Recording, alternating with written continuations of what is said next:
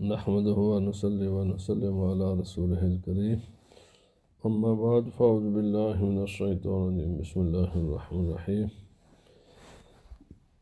الصلاة والسلام عليك يا سيدي يا رسول الله وعلى آلك وأصحابك يا سيدي يا حبيب الله۔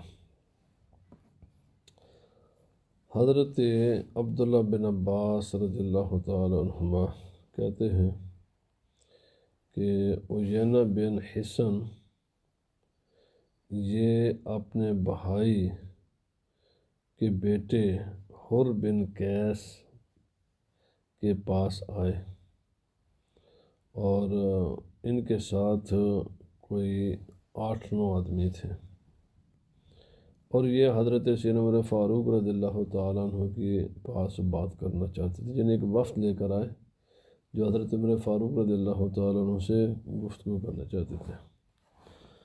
حضرت سیدنا عمر فاروق رضی اللہ تعالیٰ عنہ کا طریقہ یہ تھا کہ آپ اپنی جو مجلس مشاورت ہوتی، جو آپ کی کیبنٹ ہوتی، تو ان کیبنٹ کے جو افراد جن کا آپ انتخاب فرماتے مشورے کے لیے، تو اس کا جو بیسک اصول تھا وہ یہ تھا کہ قرآن حکیم کے ماہر ہوں، یعنی حافظ قرآن ہوں، عالم دین ہوں، جو صحیح قرآن پاک کو سمجھتے ہوتے ہیں۔ جو آدمی جتنا زیادہ قرآن پاک کا ماہر ہوتا ہے نا، اس کو آپ اپنے قریب کرتے ہیں، اپنے مجلس میں بٹھاتے ہیں۔ علماء نے فرمایا کہ کہولاً کان او شباناً، اس بات کا آپ نہیں دیکھا کرتے کہ کوئی بوڑھا ہے یا جوان ہے، آپ یہ دیکھتے تھے کہ اس کے پاس علم کتنا ہے، کتنا یہ عالم ہے قرآن حکیم کا۔ تو یہ آپ کا اصول تھا۔ کیوں ایسا کیا کرتے؟ فرمایا وجہ یہ ہے کہ عدل و انصاف سوائے قرآن حکیم کے ممکن ہی نہیں ہے، کیونکہ اس کائنات کو خدا تعالیٰ نے بنایا ہے، اور اللہ رب العزت ہی نے اس کائنات کا نظام چلانے کے لیے اپنی کتاب نازل کی انسانوں کے لیے، قرآن حکیم کی۔ آپ جو انسان قرآن حکیم کو چھوڑ کر جہاں جدھر بھی جائے گا وہ نا انصافی ہوگا۔ انصاف تو صرف قرآن پاک کی ہے، عدل تو انصاف ہے قرآن حکیم ہی۔ اور ہر انسان ہے، کبھی کبھی انسان کو قرآن حکیم کی کوئی بات ذہن سے اوجھل ہو جاتی ہے۔ آپ جانتے ہیں کہ مرتبہ مجھے بھی، یہ نہیں کہ مجھے وہ قرآن پاک کی آیت آتی نہیں ہوتی، آتی ہوتی ہے، اس وقت اوجھل ہو جاتی ہے دماغ سے، ٹھیک ہے نا۔ تو بات یہ ہوتی ہے کہ کبھی تو کوئی قرآن حکیم کی آیت انسان یا تو بول جاتا ہے یا اس وقت ذہن سے ادھر ادھر ہو جاتی ہے۔ تو جب پورے مجلس میں علماء کے مجلس ہوگی، قرآن حکیم کے ماہروں کے مجلس ہوگی، اور آپ کسی کے ساتھ کوئی اس کی عدل و انصاف فرما رہے ہوں گے، تو اگر اس کا کوئی پہلو آپ کی نظر سے اوجھل ہو جائے نا، تو تاکہ وہ یاد دلا دے، اور یاد رکھ لیں جب تک مسلمان قرآن حکیم کو انہوں نے اپنا امام بنائے رکھا اس دنیا میں، ان کی بلندیاں اور امامت انہیں کے ہاتھ میں رہے۔ جب آپ نے غیروں کی غلامی کر لی تو پھر ایک خدا کا در جب چھوڑا تو ہزاروں در جنوں دروازوں پر ہمیں جھکنا پڑتا ہے، اور یہ دیکھ لیں پوری دنیا میں یہی حال ہے۔ آپ ایڑی چوٹی کا زور لگا کر دیکھ لیں، جن دنیا کے خداؤں کو ہم راضی کرنا چاہتے ہیں یہ کبھی راضی نہیں ہوں گے جب تک اس خدا کو راضی نہ کریں کہ جس خدا نے تمہیں بنایا ہے اس کے راستے پر نہ آئیں۔ تو عیینہ نے اپنے چچا زاد بھائی سے کہا کہ اے میرے بھائی کے بیٹے، اپنے کزن سے کہا کہ تمہارا ہے کوئی آنا جانا حضرت عمر فاروق رضی اللہ تعالیٰ عنہ کے دربار میں، چونکہ وہ عالم ہوں گے تو علماء ہی کو آپ اپنے پاس آنے دیتے تھے۔ تو آنے دینے کا معنی کہ مشورہ ان سے کرتے، آنے کی تو اجازت سب کو ہوتی ہے، لیکن مشورہ اپنے سے فرمایا کرتے تھے۔ تو آپ ان کے پاس جائیں اور اجازت لیں کہ میں ان کے دربار میں حاضر ہوں۔ تو انہوں نے حضرت عمر فاروق رضی اللہ تعالیٰ عنہ سے ان کے بارے میں بات کی، تو آپ نے فرمایا ٹھیک ہے۔ جب یہ آئے نا تو انہوں نے آ کر بات کی، فلما دخل قال ہی یا ابن الخطاب، اس نے آ کر کہا وہ خطاب کے بیٹے، واللہ ما توتینا الجزلہ، تم ہمیں جو مال غنیمت سے بڑے بڑے حصے نہیں دیتے، ولا تحکم فینا بالعدل، اور تم ہم میں انصاف کے ساتھ فیصلہ نہیں کرتے۔ اب کسی انسان کو بھی اس کی مرضی کے مطابق نہیں دیا جا سکتا، کوئی دنیا کی حکومت اس کی ساری خواہشیں نہیں پوری کر سکتی۔ ہر دنیا کی حکومت جب کوئی پالیسی بناتی ہے تو وہ کسی ایک انسان کو دے کر تو نہیں بناتی، وہ تو سب کے لیے پالیسیاں ہوتی ہیں، ایک جیسی پالیسیاں ہوتی ہیں۔ لیکن انسان کی جو کہ خواہشیں لامحدود ہیں، ہر انسان چاہتا ہے کہ ساری دنیا کی چیزیں مجھے ہی ملیں، بس کسی کو ملیں یا نہ ملیں، بس مجھے ہی ملیں۔ تو اس نے کہا جی آپ ہمیں دیتے نہیں ہیں، مقصد یہ تھے وہ چاہتے تھے جب مال غنیمت میں سے آئے نا تو سب سے زیادہ حصہ ہمیں ملنا چاہیے۔ وہ انصاف یہ ہے کہ ہمیں زیادہ ملے گا پھر انصاف ہوگا، اگر ہمیں برا زیادہ نہیں ملے تو اس کا من انصاف نہیں ہے۔ تو فغاضب عمر رضی اللہ تعالیٰ عنہ، حضرت عمر فاروق رضی اللہ تعالیٰ عنہ کو غصہ آیا۔ یاد رکھ لیں جب بات کوئی انسان حقیقت کے خلاف کرے نا تو غصہ کرنا کوئی بری بات نہیں ہے، کیونکہ حضرت کسی کو علم ہو یا نہ ہو، حضرت عمر فاروق کو تو پتہ تھا نا اپنے آپ کا کہ میں انصاف کرتا ہوں۔ تو آپ نے آپ کا غصہ بالکل بجائے ہے جب کوئی انسان اپنا کام بالکل 100% کریکٹ کر رہا ہو اور کوئی انسان اس پر تنقید کرے بلا وجہ، تو غصہ تو فطرتی بات ہے آئے گا۔ آپ نے قریب تھا کہ اس آدمی کو اس غلط بیانی کی سزا دینے کا فیصلہ فرما لیتے۔ تو اس وقت حر نے کہا کہ اے امیر المومنین، اللہ تعالیٰ کا نبی پاک صلی اللہ علیہ وسلم کو یہ حکم ہے، خذ العفو، معاف کرنے اپنی عادت بناؤ، وامر بالعرف، لوگوں کو نیکی کا حکم دیا کرو، وعارض عن الجاہلین، جاہل احمقوں بیوقوفوں سے درگزر کیا کرو، وَإِنَّ هَذَا مِنَ الْجَاهِلِينَ، اور یہ آدمی جاہل ہے نا، اس کو جب حقیقت کا پتہ ہی نہیں ہے۔ اور یہ جو آدمی لوگ حکمرانوں پر یا کسی بھی ادارے کے بڑے پر تنقید کرتے ہیں نا، اس کا اصل سبب جہالت ہوتی ہے، کیونکہ اس کو حقیقت کا پتہ نہیں ہوتا۔ وہی آدمی بالکل، اور ہم اپنے آنکھوں کے سامنے دیکھتے ہیں، اسی آدمی کو جس پر وہ تنقید کر رہے ہیں نا جی، اس کو ہٹائیں اور اس کو اس چیئر پر بٹھا دیں، تو یہ بھی وہی کام کرے گا جو پہلا کرتا تھا۔ کیونکہ حقائق اس کے سامنے جب آتے ہیں نا تو راستہ نہیں ہوتا وہی کام کرنے کے سوا جو پہلا کر رہا تھا۔ تنقید کا اصل سبب جہالت ہے۔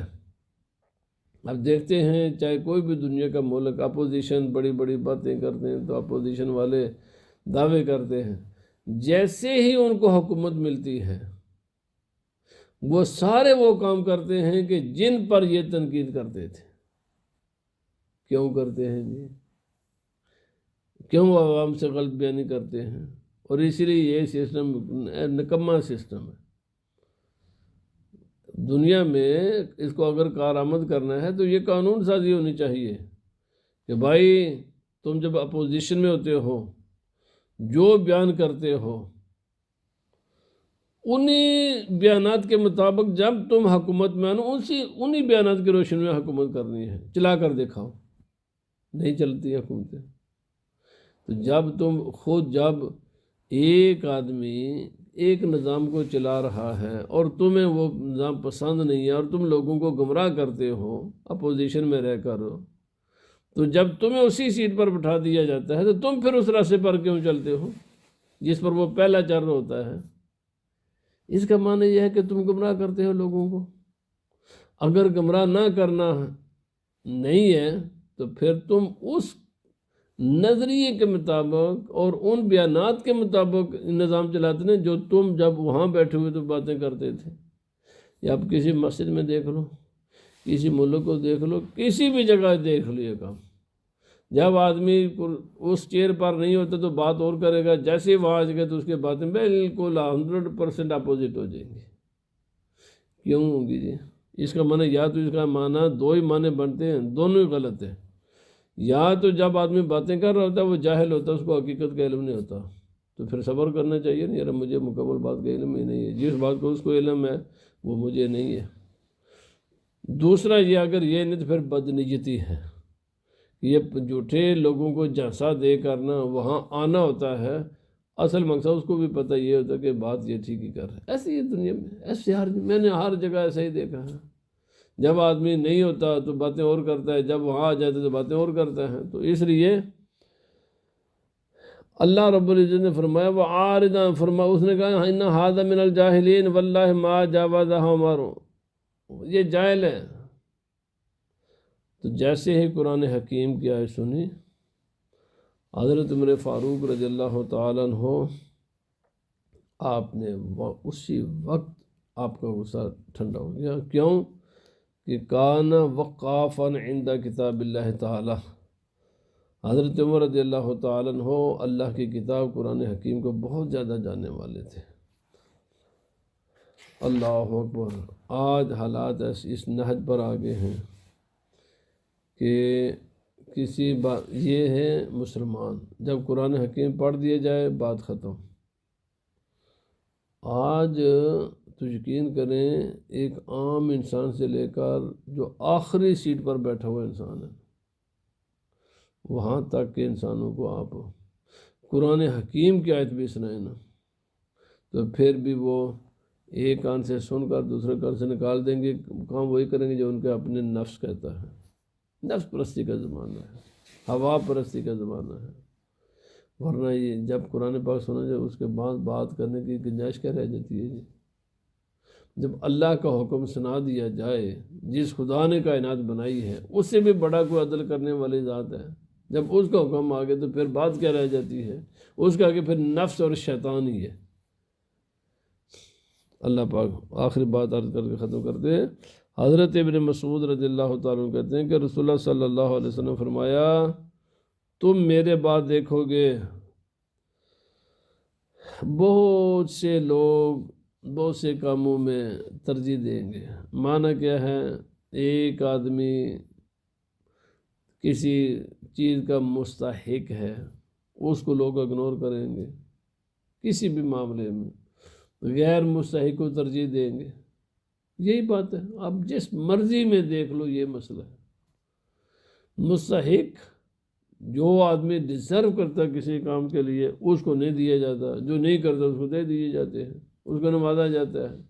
کیا کرائٹیریا ہے آج ہمارے کرائٹیریا یہ جو میری تعریف کرے گا وہ مجھے بہت اچھا لگے گا، جو میری تعریف نہیں کرتا مجھے اچھا نہیں لگتا، چاہے کیسا کتنا ہی دانا بینا انسان ہو. تو نبی پاک صلی اللہ علیہ وسلم نے فرمایا یہ کام ہوگا. تو جب یہ عرض کیا تو صحابہ کرام نے پوچھا یا رسول اللہ علیہ وسلم جب ایسا زمانہ آ جائے تو ہمیں کیا، آپ کا حکم، ہم کیا کریں؟ تو نبی پاک صلی اللہ علیہ وسلم فرمایا تو ادون الحق حق الذی علیکم، تم نے اپنی ڈیوٹی ادا کرنی ہے. جو تمہارے ذمہ اللہ رسول کے احکام ہیں نا، یہ بندوں کی ڈیوٹی ہے نا، تم نے اپنا فرض ادا کرتے رہنا ہے. وَتَسْأَلُونَ اللَّهَ الَّذِي لَكُمْ، اور اللہ سے سوال کرنا جو تمہارے حق ہیں. اپنی ڈیوٹی تم نے پوری ادا کرنی ہے. جو تمہارا حق ہے کسی نے نہیں دیا اس کا خدا سے سوال کرنا ہے، صبر کرنا ہے. ٹھیک ہے، یہ چیزیں ہوں گی. ایسے ہی زمانہ چلے گا تو اس زمانے میں نبی پاک صلی اللہ علیہ وسلم نے صبر ہی کا حکم دیا ہے. اگر صبر نہیں کرو گے تو جنگ و جدال ہوگے، خون بہا جائے، کتنی قتل و غارت ہوگی.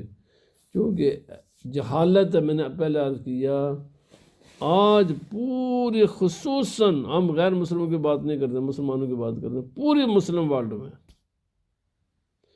کسی انسان کو حکومت کی ذمہ داریاں دینے کا کرائٹیریا کیا ہے؟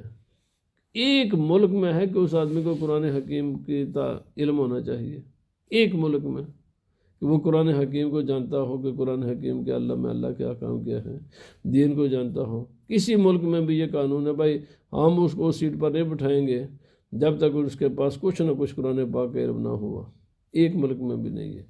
جب ایک اندھیرا جو انسان ہے بنا ہوا مٹی کا، مٹی اندھیرا ہے بلکہ روشنی کو بھی روک لیتی ہے، ایک جاہل انسان کو سیٹ پر بٹھائیں گے تو اس جہالت اندھیرا ہے، ڈوبا ہوا انسان اندھیرے میں، تو بھائی جو خود ہی سیاہ ہے، خود ہی اندھیرا ہے، تو دوسروں کو روشنی کیا دکھائے گا، وہ کیا کرے گا؟